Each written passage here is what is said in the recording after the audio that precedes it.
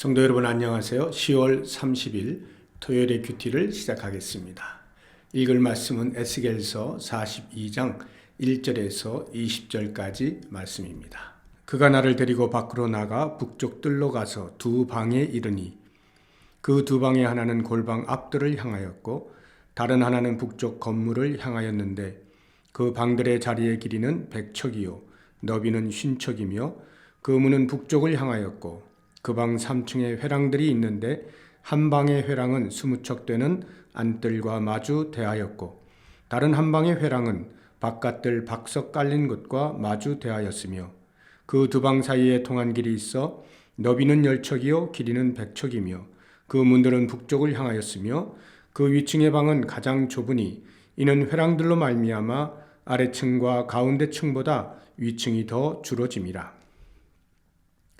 그 방은 3층인데도 뜰에 기둥 같은 기둥이 없으므로 그 위층이 아래층과 가운데 층보다 더욱 좁아짐이더라.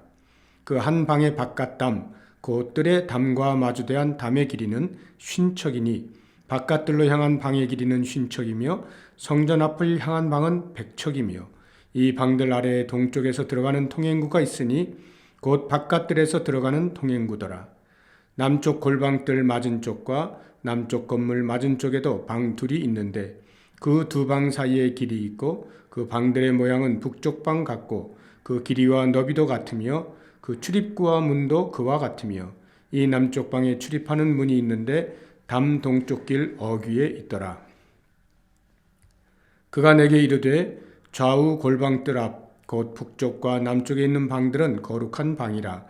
여호와를 가까이 하는 제사장들이 지성물을 거기에서 먹을 것이며 지성물 곧 소제와 속죄제와 속건제의 제물을 거기 둘 것이니 이는 거룩한 곳이라. 제사장의 의복은 거룩하므로 제사장이 성소에 들어갔다가 나올 때에 바로 바깥뜰로 가지 못하고 수종드는 그 의복을 그 방에 두고 다른 옷을 입고 백성의 뜰로 나갈 것이니라 하더라.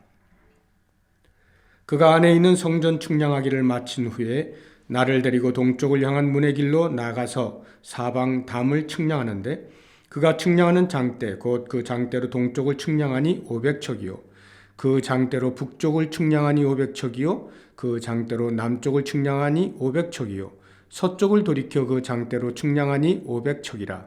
그가 이같이 그 사방을 측량하니 그 사방 담 안 마당의 길이가 500척이며 너비가 500척이라.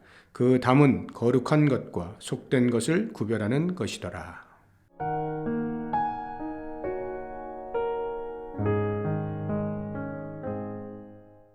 하나님의 사자가 성전 안뜰과 바깥뜰에 있는 건물들을 모두 측량한 후에 에스겔을 데리고 동쪽 문을 통해 밖으로 나옵니다.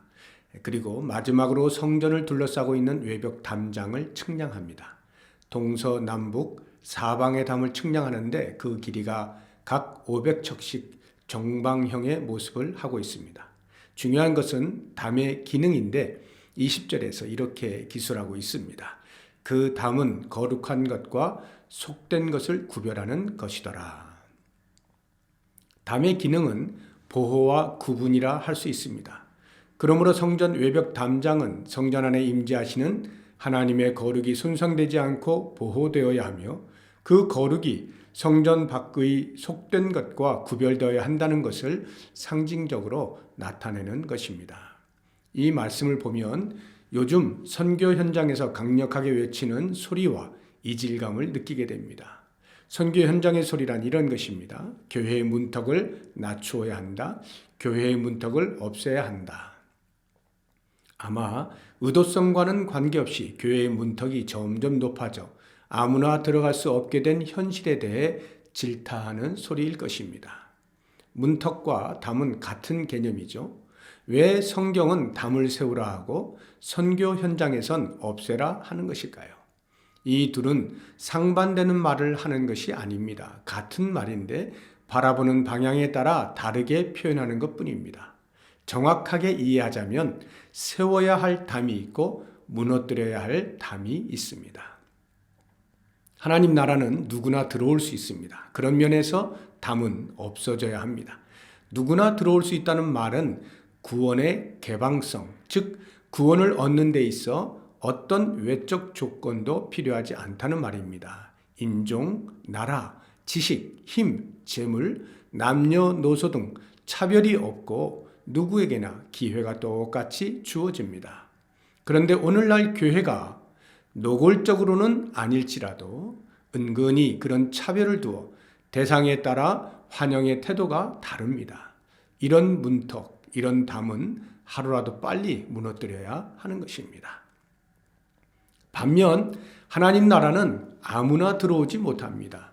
하나의 조건이 있습니다. 그것은 예수 그리스도를 믿는 것입니다. 이 믿음에는 반드시 회개가 동반됩니다. 즉 죄로부터의 단절이 필요합니다. 그런 면에서 교회는 반드시 담을 세워야 합니다.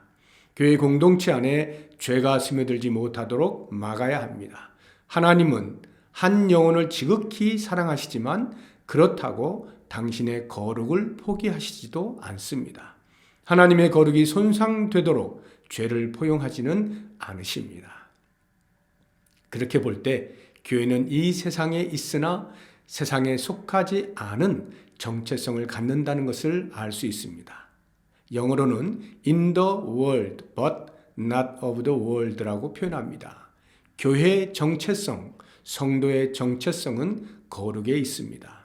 이 담이 무너지면 안 됩니다. 더욱 견고히 세워야 합니다. 오늘의 적용은 내가 무너뜨려야 할 담과 세워야 할 담이 무엇인지 적어보기입니다. 그리고 적은 것을 늘 상기하십시오.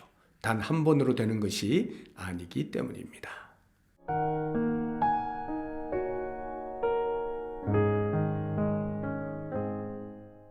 하나님 아버지, 십자가로 모든 담을 허물어 주셔서 나 같은 죄인을 구원하여 주시니 참 감사합니다. 예수님을 따르는 성도로서 거룩의 담을 견고히 세워 다시는 죄와 짝하는 삶을 살지 않게 하옵소서. 예수님의 이름으로 기도드립니다. 아멘.